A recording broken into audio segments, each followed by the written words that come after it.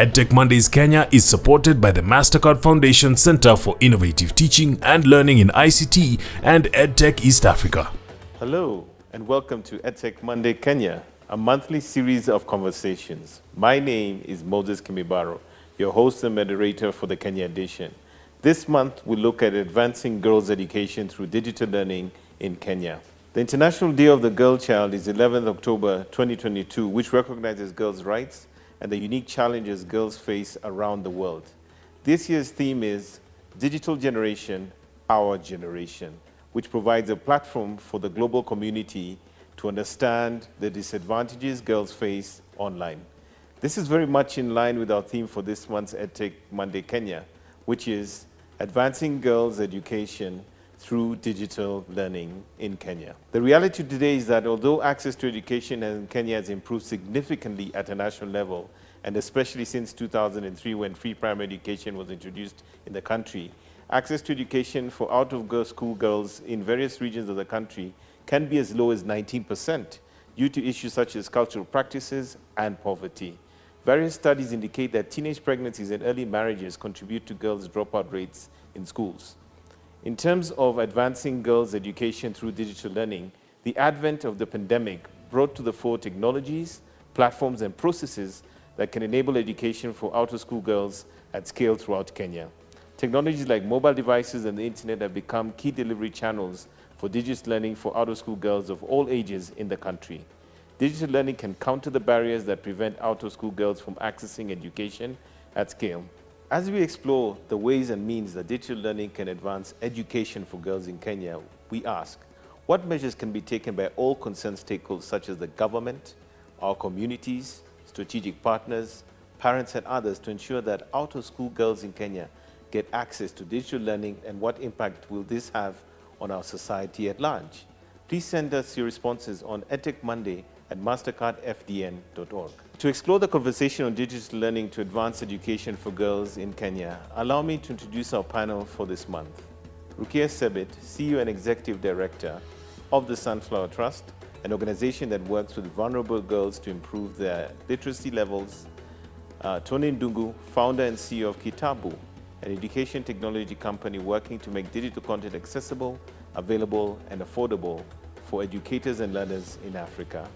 Margaret Kamau, Education Technical Lead, Wasichana Wetu Wafaulu project at Education Development Trust, where she works to improve access, retention, and learning outcomes for girls in marginalized contexts of the arid areas and informal settlements of Kenya. Please share your thoughts and perspectives on the current state of digital learning for out-of-school girls in Kenya, and specifically looking at those who may live in areas of the country where access to technology and things like the internet is not as easily or readily accessible. Let's start off with you, Rukia. Please share your thoughts on that. One, the girls, out-of-school girls have a lot of challenges. One, they have not so much skills, so actually it limits them to access digital or rather technology. And worst of all, if you don't have enough skills, then you're at risk of falling into, things that you're not ready for, or even controlling your own self. So it's a big challenge because there's a way you can use technology positively to actually impact your own self. But if you're not ready, or you don't have mentors, or you don't have the proper way of accessing that technology, then it puts you at a high risk. Thank you for sharing that. Yeah. What about you, Tonee? What have you seen as some of the situations in the current state? A majority of the time when technology is placed before young women, there are three things that they have to sacrifice. Number one, they have to sacrifice their time. Number two, they have to sacrifice their role in that society, whatever the society role they have. And the third one is there's a cost implication that we never thought about. And it's not a big cost implication, but at the end of the day, she's choosing whether she's going to be on your device, or she's going to be eating or feeding a child or running the home. And a lot of the times when you are building a solution for women, we're building a solution for young women in our minds that exist in our environments. When we get out on the streets, as we say in Kenya, beautiful ground, it's very different. And what about when you look at the perspective from the rural parts, maybe, in that same context? And that's where I think the bigger challenge is, because a majority of the girls we are working to support live in situations like these. I think, culturally, the rural culture of what girls who do not go to school do in the community is the biggest challenge. We specifically went in trying to create an intervention for young girls in rural areas of Kenya, and we realized that the biggest challenge wasn't the girls themselves, it was their mothers, their uncles, their aunts, their fathers, even their siblings, the younger ones and the older ones, who had reconstructed the purpose of the woman in the home when the girl is not in school. It's almost like saying school is where you go to learn, and everywhere except school, you don't learn, you do stuff. And mostly for us, not for yourself. So there was a very big cultural jolt that we were not ready for as a tech company in education, working to support girls' education. That's very interesting. Margaret, what are your perspectives on the current state?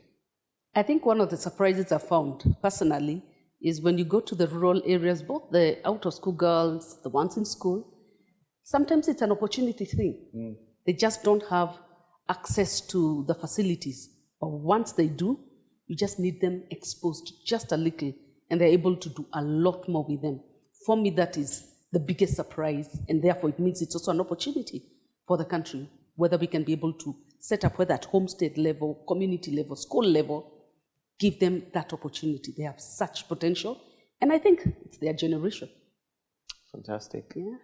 Margaret, maybe let's continue a little bit more from the Education Development Trust perspective. What have you seen as some of the key opportunities and the challenges in the delivery of digital learning programs, especially for out-of-school girls in the country? Think of the out-of-school girls. One of the things we need to differentiate is who are these girls? Like in our project, we have arid areas, semi-arid areas. So when you're thinking of digital presentations in those areas, first of all, you've got to think of what is the barrier of this particular girl? What is also their need? What is it they need to hear? What is it they need to learn? So let me give you an example of a program that we've been doing in Turkana and just around the country, where the girl says, teach me, train me, use technology, whatever you're doing, but I am a girl who has a child and I'd like to do business in the afternoon. So organize my learning in a way that I'm able to use technology, I'm able to learn, but also in the content, could you also give me content that resonates with my reality? So my immediate thing I've learned is get the content that also drives their agenda. They're saying, give me learning. If it is literacy, it's functional literacy, functional numeracy. Can I apply it immediately? They don't have the luxury of saying, when we grow up. They're saying, this afternoon, I will need this opportunity. So everything else that now becomes an infrastructure around that. They want a mentor who's going to support them. They want somebody who knows and understands their actual circumstance. We've had many very interesting lessons. You're even asking, okay, if you want to do this digital literacy, who's training? Where are they doing it? Is it at a community center? Is it at a school level? Some of the times they want to learn in an environment that is free, but the school will say, if you want to move from out of school to back to school, we have no idea what you've been learning. So that linkage needs to be. The other thing I've also found very interesting is it has to be pegged to some learning gaps known. So like as a project, that is some of the things we do. We actually do measurements of learning. So that if I say I'm exposing you to content, I know you're moving from content A, I can monitor that to content B, and when we transition you back to school, or some of them want to move on to TVET or apprenticeship, we are confident to say you have learned this amount and therefore you can move on and graduate. And I think there are lots of opportunities out there, but I think it is the whole infrastructure around their learning, not just the learning, this, the content, who's supporting them, what they're learning. Can I add to that? Yeah, sure. Education needs to be a spectrum. It cannot be linear. It can't be think of it as a ladder, where you get one thing and then you get onto the next one and you get it. Education doesn't work that way because it's contextualized. If you're a child out of Nairobi who is, your standard practice is you're going to go to primary school, then secondary school, then a TVET to a college or university, and then a professional career, then the ladder works. But for young women in most rural areas and most low-income areas, they are looking at this. They need a spectrum. They need a scope. The young women who are going to just need functional literacy and numeracy, then get into TVET or get into their own businesses, need a different line of learning than those who are probably just going to need the literacy and numeracy, then move directly from that to apprenticeship to work. And in many cases, people are already working. They're young mothers, they're working as helps, as in the hospitality sector, whatever they're doing it. So you need to get them where they are and solve the problem they need to deal with at that time. And I think Sunflower is a very good place to start thinking about those things. And you know better than I do, but it's really functional education that we need to apply. Absolutely. And maybe actually picking up from you, Tonee, Rukia, I imagine from the proximity you have through your foundation, you're seeing a lot of things on the ground as they are. And I think one thing we can't ignore in this particular discussion we're having today is the fact that many believe that girls should not be educated, that in fact it's a waste of time and effort, that resources should be deployed, to them getting married and other such things. What are some of the perspectives that you have, seeing what you've seen on the ground, in terms of changing those attitudes and perspectives that people have around how girls and how it relates to education is concerned, and more importantly, how digital learning can help close that gap? Actually, what you actually see is we have the cultural bearers, people who actually make the decisions on behalf of the girls that we see. So the most important bit is to involve them. You cannot let them be on the side while you work with the girls. You have to involve them, have their buy-in, and they also need to understand the importance of this digital learning to the girls before they even say, go. They're the ones who will support the girls through school. And if they're not involved, then unfortunately, they're the ones who will get the girls married off at an early stage. They will not be involved in the girls' education. What we have seen is there's no parenting, or there's very little parenting that is happening. So with that, it means that girls will easily slip away and actually fall into those the challenges that we are talking about without even knowing. But having those decision makers on board then will actually make them be accountable for what they're supposed to do. If a decision maker, for example, is informed of why it's important for a girl who probably was married off early to get digital education, which means they can even do online jobs. They can even start their own online business. The gig economy, Exactly. If they understand the importance, then they will easily buy it in. Another thing is also have it in a flexible time. At a flexible time where, these are young mothers, these are people who are making their own homes. So what time, at what point can we make those digital learning programs flexible for them to be able to join? Probably in the morning they're busy with their home chores, so they're not able to join such programs. They might want to, but because of the responsibilities that they have, so they might not manage. Again, customization. Are we able to customize those learning to actually suit them? Are they able to even access the softwares that we are actually recommending for them to be taught or to learn about? So there are a lot of things that we need to see, but for me, I believe when we have the decision makers buy into that idea, then it can easily flow all the way. I'd like to come back to you, Margaret, and ask the question, maybe, given the work that you do at your organization, what's the government perspective, the regulatory side of this? How can the government play a stronger role in especially addressing the issues that are unique to these out-of-school girls in this context? I think one of the areas we need to look at is, again, content, because if you talk of digital, it's just not what I present to be taught. Give me the skills to scaffold, create knowledge. So even when you talk of teacher training, they need to move from just being taught how to use gadgets to themselves being able to scaffold, but also giving the learners the space to do so and create their own learning. So they need policies around the teacher training, teacher coaching, because like in our project, we had a very good coaching and a mentorship program for teachers on ICT integration. Wow. And that really worked. So I realized that the teachers also want an example on how to do that. So you would say, release the space for the learners to do it themselves. They need to see that example and just gain the confidence. So I see that as one of the areas. The other one is what I was talking about earlier. Where will this content actually be taught? The space, the safe space. Yeah. So when you talk of the out of girls, sometimes they can be given an extra classroom or an adult education class. It can be in a social hall. So what are these social protections that should be taking place? And actually, one of the things I've learned about learning, it's just not even just the learning, other support mechanisms. cash transfer. It looks so removed from digital learning, but this girl who's coming in has a child or has to leave her child with somebody in the hour she's need to learn. Very real issues. So those need to be integrated and put as part of even budgets in education. So when you say we shall be having catch-up classes, for example, and we need it, let's say, happening after class, give that, there is lots of support that they'll need. Psychosocial support also, it looks again very far removed from digital, but this is a girl who's sorting out, like again in Turkana, the girl who's getting married, who's actually married and needs the permission of the mother-in-law and the husband to come to that class. For example.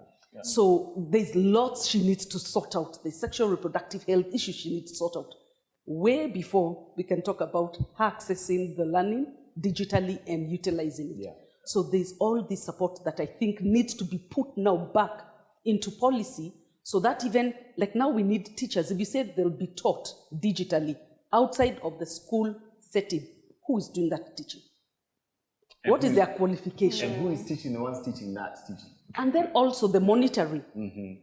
Because again, a lot of out-of-school digital learning could actually be taking place in a manyatta. Right. So who comes around, or is there a stream where we can be able to see they are learning in this way, they can get feedback that can be looked back to either the school or the TVET?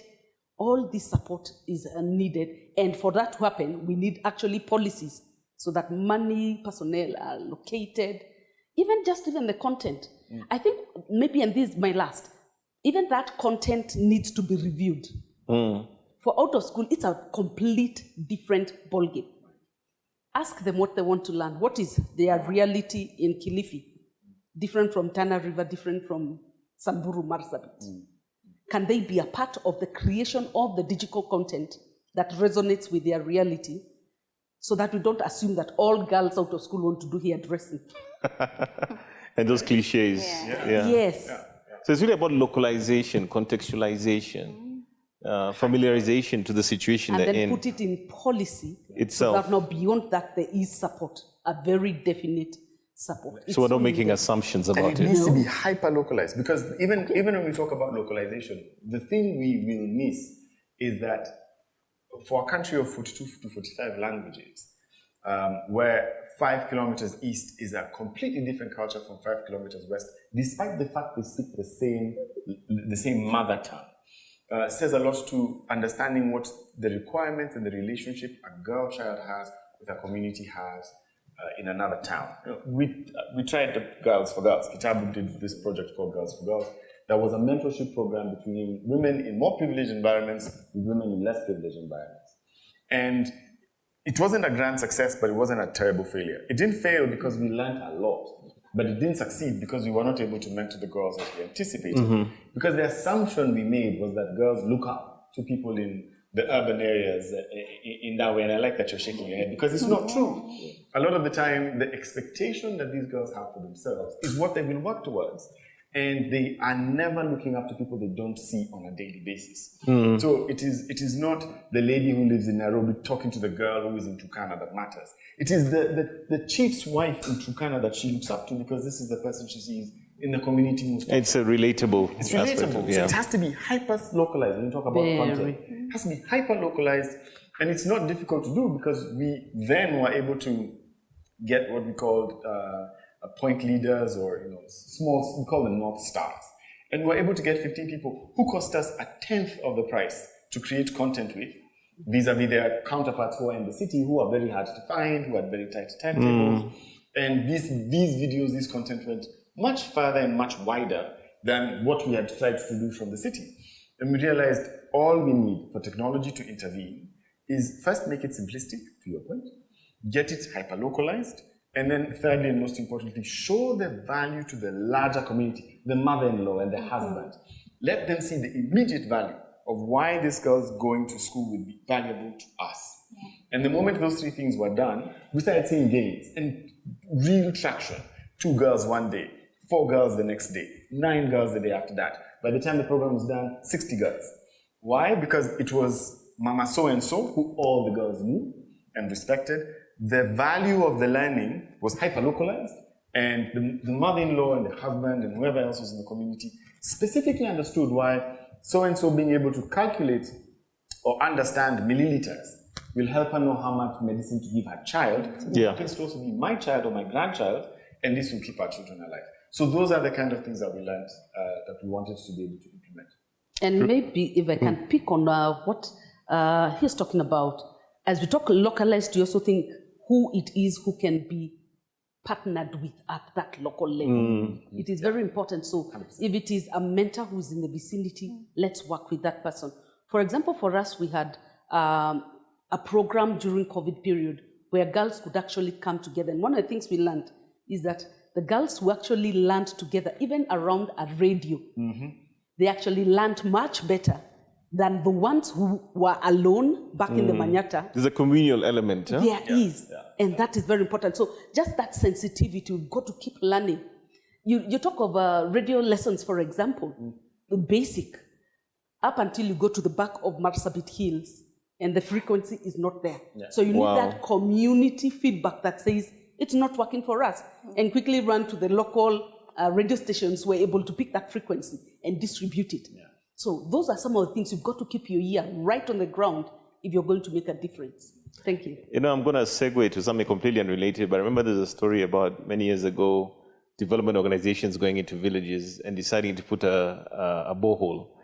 And what happened is the community would break it, because what they discovered is the women would socialize when they went to the river to collect water. So they never took the understanding on the ground of what was important to them before they put this intervention, which by all intents and purposes seemed the right thing to do, but the community was not involved. Which brings me back again to you, Rukia. I noticed that you've been nodding your head a lot, but I want to ask you another question. COVID-19, the pandemic, Sunflower, you have a technology background. You've done amazing things in time. What have you seen in terms of this period in, how COVID has sort of accelerated our adoption of digital learning and educational technologies, but also in the next 2 to 5 years, what do you see coming forward?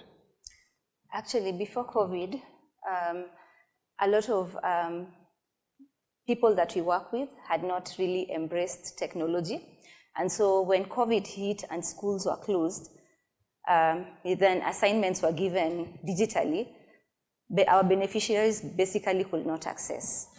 So we had to do it the hard way. Like every week we had to print out revision materials. They came physically, and we took advantage of that because we also knew their well-being at that time, and also talked to them about reproductive health. And at that time, the reality was when you ask them about what is happening out there, they will tell you, my neighbor who is in Form 2 is pregnant. Now she won't go back to school. My best friend, it was really like hitting them directly. So we took advantage of that, and there was no way technology would be left behind. So with that, we deliberately introduced an ICT program to the girls, which, it has been working really well. And trust me, just looking around by our web, you will actually see how right now girls are really trying to embrace technology. We are not yet there, but you can see the urge is growing. And trust me, in the next 2 to 3 years, a lot of girls will actually be taking up STEM-related courses in the university. Because, there's nowhere how these girls are going to be left behind. Our beneficiaries are already are in that line. They're already so technology is a good thing after all. That is after just going through basic computers, and they already find it very interesting. And they're so what courses are there to be taken in terms of digital learning? So there's that urge, and I can see a lot of girls in Kenya generally will be taking up STEM-related courses. That's fantastic. Yeah. So the appetite is there, the interest is there. Yes. Now it looks like we're really almost at the end of our time, and I think to wrap up, I'd just love to hear, within a very short perspective, your unique point of view regarding this topic we've discussed today. What are your thoughts going forward based on the insights you have within a very short and concise perspective? Starting with you, Margaret. I think for me is that out of school children will continue existing because we have very unique circumstances that learners are in. I think it is us to take advantage as a country and actually create systems around which they can learn, create knowledge, even link up so that they can make progress, sometimes in just that reality, without expecting them to move from out of school to back to school. Sometimes it may not happen, and when we're talking about not letting anyone left behind, we've got to keep that in mind. So how can we make them progress even within their reality? And then how do they even maximize that space that they are in? So if I'm hearing correctly, this is a reality. There will be out-of-school girls. Let us face it. Let us create the right policies and create the enabling environment to support them. Yes. What about you, Tonee? What are your thoughts? I mean, coming from a tech background predominantly, and not an education background, so being in Kytabu for 10 years and just wondering how we can make things work and working at it with a very creative mind, technology is a phenomenal solution for very specific communities, if and only if it is hyper-localized to that community. Excellent. Rukia, your final comments. Technology is here, and it is here to stay. That is the reality that we need to live with. So it goes without saying, like, everyone needs the digital skills. So it's upon us now to ensure that they get the skills, but in an orderly way. We need to stretch our hands, give whoever needs the skills, we need to train them. And as maybe I will also echo what Margaret says, leave no one behind. And especially for me, I will insist, especially in this technology, we cannot leave anyone behind. Right now we've seen, counties, we are competing. A kid in Nairobi who is maybe 6-year-old can really type and search everything, while looking at a kid maybe in somewhere like Turkana cannot. So how do we ensure that this same skill can be actually accessed on the other side? Yeah. So yeah, it's a matter of leave no one behind, especially in this technology. Thank you. Thank you, Rukia. Thank you, Tonee. Thank you, Margaret. It's been a wonderful panel. Thank you for sharing your insights, especially with this very important topic around out-of-school girls and how digital learning can really help them move forward in the right way. Thank you all for watching this edition. Follow more of these conversations on the MasterCard Foundation YouTube channel and the Young Africa Works Facebook page. My name is Kemibaro. See you again on the next edition of EdTech Monday Kenya. EdTech Mondays Kenya is supported by the MasterCard Foundation Center for Innovative Teaching and Learning in ICT and EdTech East Africa.